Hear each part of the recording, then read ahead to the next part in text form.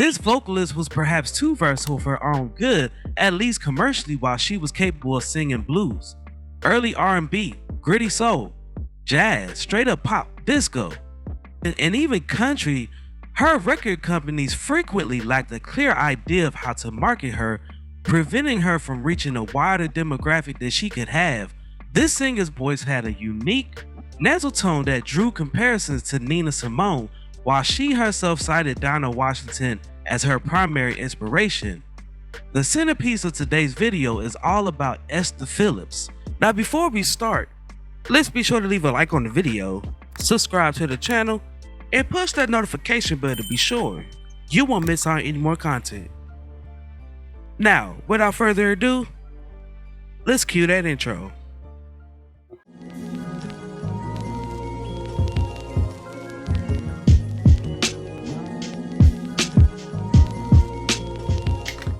Born Esther Mae Jones in Galveston, Texas on December 23, 1935, as a child she began singing in church. When her parents divorced, she spent her time with her father in Houston, and during the summer she was in Watts, California with her mother.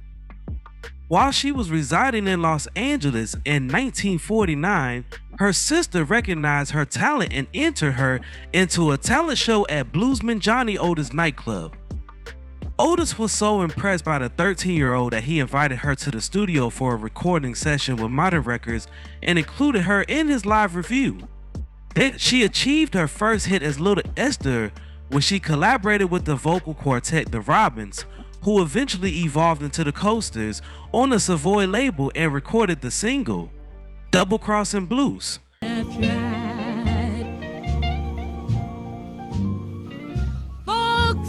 And it was a huge hit, topping the R&B charts in early 1950 and laying the way for a string of great singles under the name Little Esther's, including Mistrust and Blues, We've been apart so long, it's about to drive me, Misery,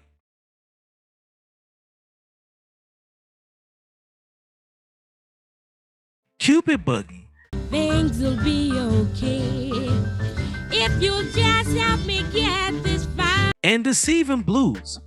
I'm too big for you to mess with, so don't lose your little. Little Esther switched labels from Survivor to Federal Records in 1951 due to a royalty disagreement, but despite being the brightest female performer in Otis' review, she was unable to replicate her astonishing series of singles.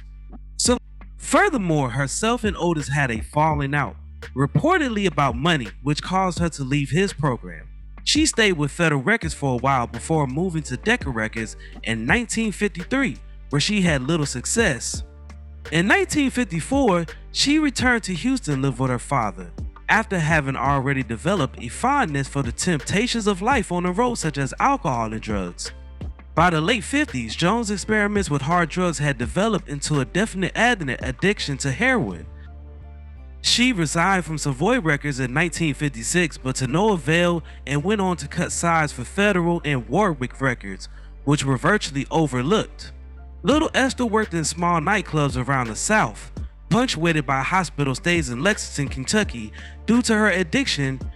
In 1962, she was rediscovered while singing at a Houston club by future country star Kenny Rogers, who got her signed to his brother's Lennox label. Too old to be called Little Esther, she rechristened herself to Esther Phillips, choosing her last name from a nearby Phillips gas station. Phillips recorded a country soul reading of the soon-to-be standard, Release Me, which was released as a single late in the year, in the wake of Ray Charles' groundbreaking country soul hit, I Can't Stop Loving You. Release Me was a smash, topping the R&B charts and hitting the top 10 on both the pop and country charts. His lips are warm while you. Back in the public eye, Phillips recorded a country soul album of the same name, but unfortunately Lennox went bankrupt in 1963. Because of her recent success, Phillips was able to capture the attention of R&B behemoth Atlantic Records, which initially recorded her in a variety of musical settings to see what niche she might feel best. It was eventually decided to highlight her more sophisticated side, So Phillips recorded a blues-tinged album of jazz and pop standards her string later remake of the Beatles, and I Love Him. I know this love of mine will never die. It nearly made the R&B top 10 in 1965, and the Beatles flew her to the UK for her first overseas performances. Encouraged, Atlantic pushed her into a more jazzier era second album, Esther Phillips Sings, but it had little traction and was overshadowed by her soulful rendition of Percy Sledge's When a Woman Loves a Man, which reached the R&B chart. Wonderful love, baby, please don't treat. With her addiction intensifying, Phillips entered a rehab clinic. While there, she cut 3 sides for Roulette Records in 1969. After her release, she relocated to Los Angeles and re-signed with Atlantic. The album, Burning, was generated by a late 1969 live performance at Freddie Jett's Pied Piper Club and was hailed as one of Phillips' best and most unified works. Despite her popularity, Atlantic wanted her to sing pop songs with less grit, and when their subsequent attempts failed to catch on, unfortunately Phillips was let go a second time. In 1971, she signed with producer Creed Taylor's Kudu label. Her label debut, From a Whisper to a Scream, was published in 1972 to great sales and rave acclaim, particularly for her interpretation of Gil Scott's horrific heroin addiction story. Home is where the hatred is. To turn your sick soul inside out, so that the world. Phillips released several more albums for Kudu over the next few years, and she achieved some of her most sustained success, appearing in high-profile venues and at numerous international jazz festivals. She achieved her biggest hit song since release Maine with the Disco 5 reworking of Dinah Washington's What a Difference a Day makes in 1975. There's a rainbow before me. Skies above can't be starred. And the accompanying album of the same name became her bestseller ever.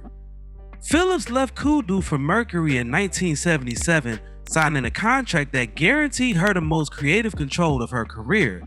She made 4 albums for the label, but none were as commercially successful as her Kudu work. And after A Good Black is hard to crack, she was without a record deal. Her last R&B hit song was 1983, Turn Me Out.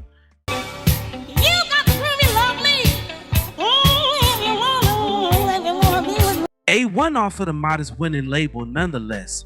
Her health quickly deteriorated, the result of her prior years of addiction compounded with a more recent flirtation with the bottle. Phillips passed away on August 7, 1984 at the age of 48 from liver and kidney failure. Phillips was nominated twice for the Rock and Roll Hall of Fame, in 1986 and 1987, but has not yet been inducted. In 2023, Phillips was inducted in the Blues Hall of Fame.